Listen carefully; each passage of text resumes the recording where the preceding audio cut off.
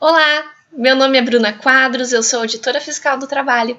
Nesta aula, a Escola Nacional da Inspeção do Trabalho vai lhe ensinar alguns aspectos relacionados à redução proporcional de jornada e salários previstas na medida provisória 936.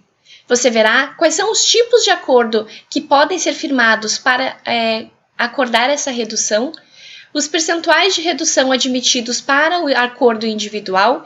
As faixas salariais são muito importantes porque, a depender da faixa salarial do empregador, ele só poderá ter sua jornada e salários reduzidos mediante negociação coletiva.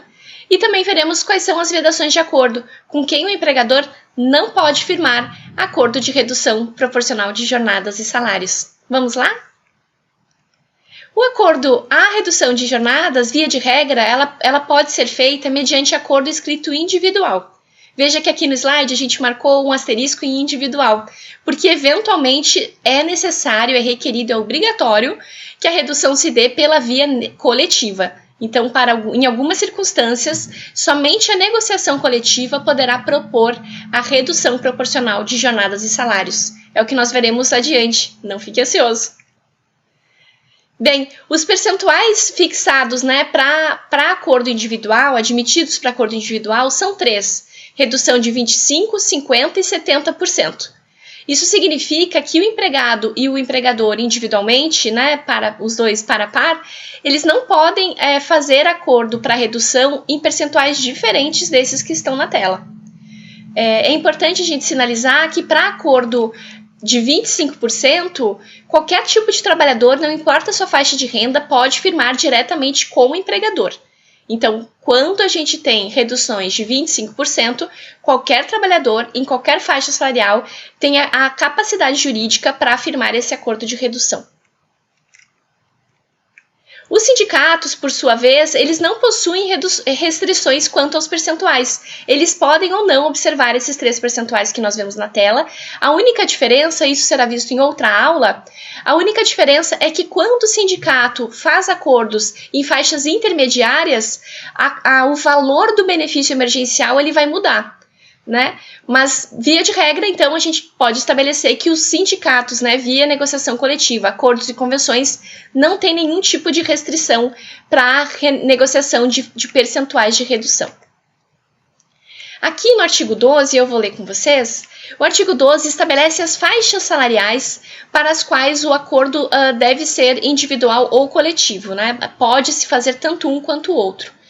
E aí você vai ver que há uma janela, um intervalo entre essas faixas salariais aqui prescritas, em que o acordo deveria se dar unicamente pela via coletiva nos percentuais superiores, os de 50% e 70%. Mas já estou me adiantando, isso é motivo, é matéria para os próximos slides. Vamos ver aqui então o artigo 12.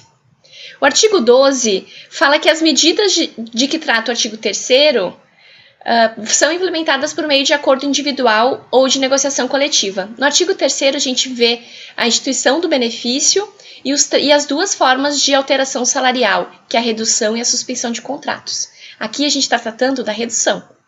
Então, para a redução de salários, para a redução proporcional de jornadas e salários, nós podemos ter, pela via individual ou coletiva, o acordo para pessoas que ganham salário igual ou inferior a 3 salários mínimos de 2020, que é R$ 3.135, ou para as pessoas que são portadoras de diploma de nível superior e percebem pelo menos 2 tetos do regime de previdência social.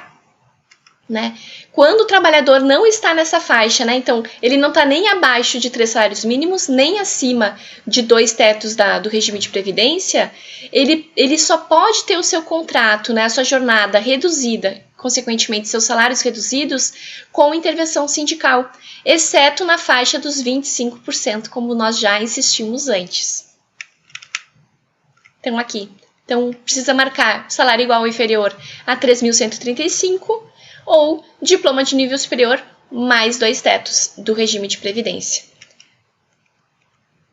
Os acordos individuais, as faixas salariais propostas. Então, quando temos menos de 3 salários mínimos ou mais de 2 tetos do regime de previdência mais diploma, o empregado pode fazer individualmente esse acordo de redução de 25%, 50% ou 70%. Nas faixas intermediárias, né, se o trabalhador ganha menos do que 2 tetos e mais do que 3 salários mínimos, né, ele está nesse intervalo, ele só pode fazer o acordo, ele só pode ter sua jornada diminuída em 50% ou 70% pela via do acordo coletivo. Então, é necessário que o sindicato intervenha com o empregador para fazer esse tipo de acordo. A Portaria 10.486, de 22 de abril de 2020, publicada dia 26, traz no seu artigo 4º, parágrafo 2º, uma vedação para a celebração de acordo individual.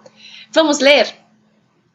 Aqui no artigo 2º diz o seguinte: é vedada a celebração de acordo individual para redução de jornada de trabalho e de salário, ou para suspensão temporária do contrato com empregado que se enquadre em alguma das vedações à percepção do benefício emergencial previstas nesse artigo. Não é objeto dessa aula discutirmos quem são essas pessoas, mas aqui vão 3 exemplos. Um deles, uma das pessoas que não pode firmar acordo é o aprendiz PCD que receba, né, que goze benefício previdenciário de prestação continuada. Não é possível também firmar acordo de redução de jornadas e salários com trabalhadora que esteja no gozo de salário e maternidade. Também não é possível firmar acordo para redução com trabalhadores que já estejam aposentados. Isso porque essas pessoas não poderiam perceber, né, receber o benefício emergencial e com isso elas teriam uma redução muito abrupta de seu nível de renda. Então, por isso que existem essas vedações, para que as pessoas não se vejam privadas de uma hora para outra de praticamente metade, né, dos seus vencimentos, porque elas não poderiam receber o benefício emergencial. E assim nós chegamos ao fim de mais uma aula. Agora, nessa aula, você aprendeu quais são os tipos de acordo que podem ensejar a redução de jornadas e salários.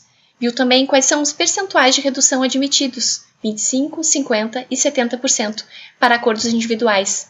Você sabe agora também que trabalhadores que estão em faixa salarial intermediária entre 3 salários mínimos e 2 tetos do regime geral de previdência somente podem ter seus contratos, sua jornada reduzida em 50% ou 70% mediante negociação coletiva.